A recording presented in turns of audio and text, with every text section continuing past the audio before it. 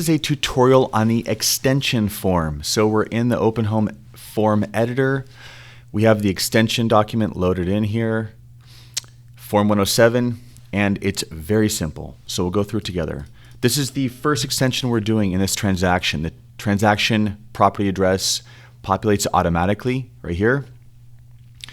And this extension applies to what? Well, we'll call it the purchase agreement or whatever form you're referencing for the extension. Or you call this just Form 100, which is the purchase agreement, whatever you want. The date that the purchase agreement was drafted, you'll put in right here. Now there's three sections. The first one pertains to an extension of the close of escrow, which is the most common use of this form. So you could just put a date further in the future than what you already have as the closing date. And if the parties want to close sooner, well, escrow can ask, everyone can ask around, and you're welcome to close sooner. It doesn't have to be that calendar day you put.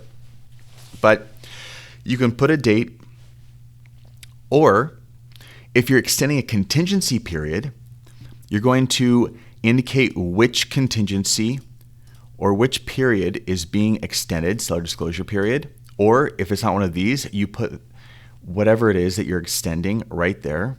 Maybe if there's a special contingency, like the seller is going to purchase a replacement property or the buyer has to sell their own property before they can continue, you can create an extension for that right here. And then you put the date to which it's extended. Okay, so that covers like 99% of all extensions. But just in case, we have a miscellaneous extension section where you can put in whatever you want to extend right here. That's it. You have three different options: close of escrow, contingency period, or whatever you want it to be.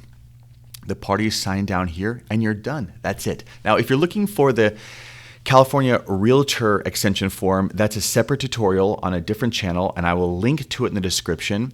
And if you want to access this form, I will link to that in the description as well. If you have any questions, please leave a comment. Thank you for watching.